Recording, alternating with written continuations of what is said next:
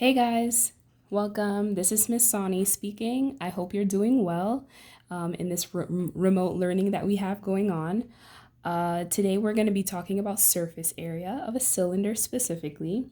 I think it's always a really nice change in terms of trying to relate geometry to our real lives. And today, since we're talking about cylinders, I figure why not talk about snacks at the same time and also find the surface area of this cylinder. So today we're going to be using a Pringles can to try and encompass and try and figure out how would we find the surface area of this heavenly snack that we have here. So what I've done prior to this video is go ahead and kind of break down this cylinder as best I can to try and show you what a cylinder is all about. So ultimately what we have is the top of our cylinder, okay, which is a circle. That's like our lid here, our top. The bottom I went ahead and cut out from the bottom of our can. So we have two circles, top and bottom. And when we take a look at this Pringles can, if I go ahead and I open it up, which I did, you'll notice that this cylinder really breaks down into a rectangle, okay? A rectangle. So if we flatten it out, our circular surface went from a circle to a rectangle.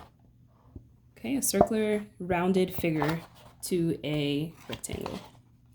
So to find the total surface area, we need to find the area of the top, the area of the bottom, and the area of the rectangle, or the curved surface that originally we started with.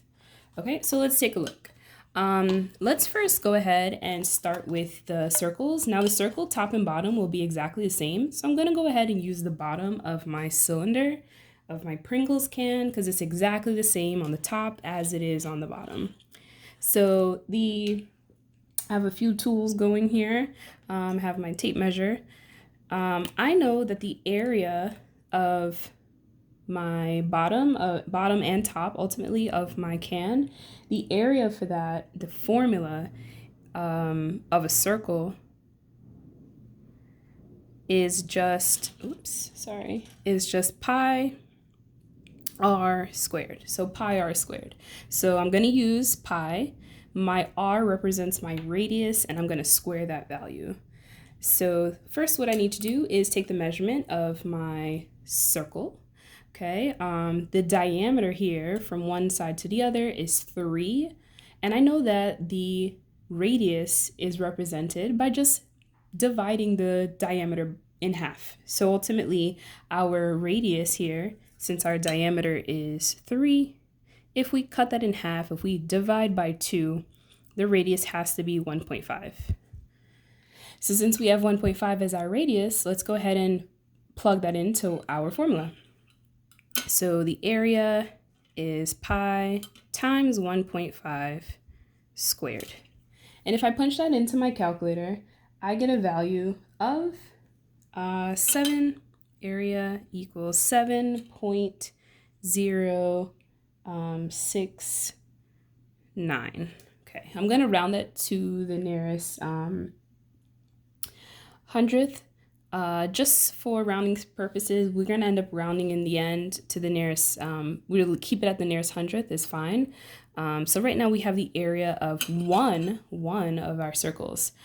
Since I have 2 of them, remember I have the top and the bottom, since there are 2 circles that encompass our entire cylinder, I'm just going to go ahead and multiply that by 2.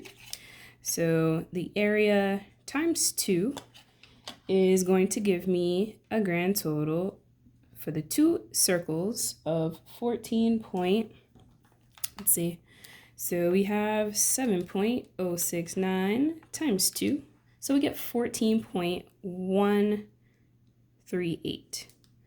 And since my measurement was in inches, I'm going to say it's 14.138 inches squared. Okay, so I have the area of my 2 circles. Check and check. Okay, the next thing I want to do is I want to find the area of my rectangle, which remember is when I unfold it, it really is just a rectangle. I'm going to find the area of this rectangle and take a look at, I'm going to put my attention to the top of this Notice that, yes, I did start off with a circle, but once I unraveled it, the circumference of this circle is really just the width of my rectangle. So I'm going to go ahead and find the circumference of this circle, circumference meaning the perimeter of a circle. I'm going to find the circumference of this circle, and I'm going to apply that to the width of my eventual length times width to find the area of the rectangle. So circumference of a circle, the formula for that is pi times diameter. So I already found my diameter. I remember it to be 3. So I'm just going to apply the diameter to this formula, so pi times 3. And I know that my circumference is pi times 3, which is just 9.423. I'm going to round up since my last number was 24. I'm just going to round to, I'm going to round to a 5. Okay. So 9.425, that's my circumference. Now, I know that since my circumference is just the width of my rectangle, I know that this is like AKA my width. So if I have my little Pringles rectangle that I uncovered, the width is 9.425.